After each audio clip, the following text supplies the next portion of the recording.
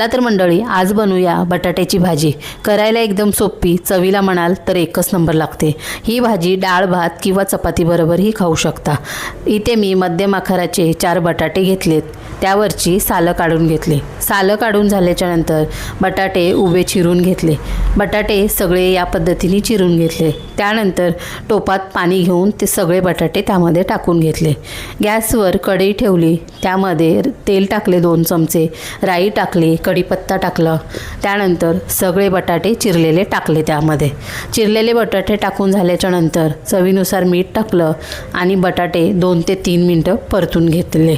बटाटे परतून झाल्याच्या नंतर झाकण ठेवून एक 10 मिनिटं मध्यम आचेवर बटाटे शिजवून घेतले।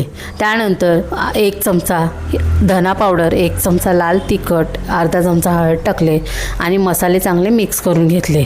लगेचच त्यामध्ये कोथिंबीर टाकली चिरलेली आणि पुन्हा 5 मिनिटं बटाटे असेच होऊ दिले।